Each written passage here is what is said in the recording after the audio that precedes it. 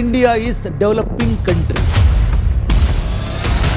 ಒಂದು ನೇರವಾದಂತಹ ಜಾತಿ ವ್ಯವಸ್ಥೆಯ ಕರಾಳ ಸ್ಪರ್ಶ ಅಸ್ಪೃಶ್ಯತೆ. ಯಾಕೆ ಇಂಡಿಯಾ ಡೆವಲಪ್ಡ್ ಕಂಟ್ರಿ ಅಲ್ಲ? ಏನು ಸಮಸ್ಯೆ ಇದೆ ಈ ದೇಶ ಡೆವಲಪ್ಡ್ ಕಂಟ್ರಿ ಅಂತ ಕರೆಸ್ಕೊಳ್ಳೋಕ್ಕೆ? ಎಲ್ಲಿ ತನಕ ಮೀಸಲಾತಿ ಇರಬೇಕು? ಜಾತಿ ಆಧಾರಿತ ಮೀಸಲಾತಿ ಅಂದರೆ ಜಾತಿ ಇರುವವರೆಗೆ ಈ ಜಾತಿ ಆಧಾರಿತ ಮೀಸಲಾತಿ ಇರುತ್ತೆ.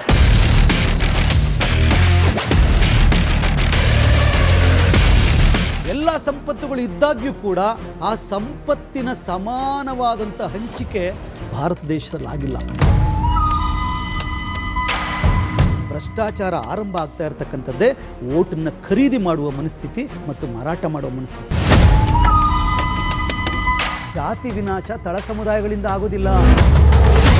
ಜಾತಿ ವಿನಾಶವನ್ನು ಮಾಡಬೇಕಾಗಿರೋರು ಯಾರು ಜಾತಿಯನ್ನು ಸೃಷ್ಟಿ ಮಾಡಿದ್ರೋ ಅವರೇ ಜಾತಿಯನ್ನು ತೆಗೆದುಹಾಕಬೇಕು.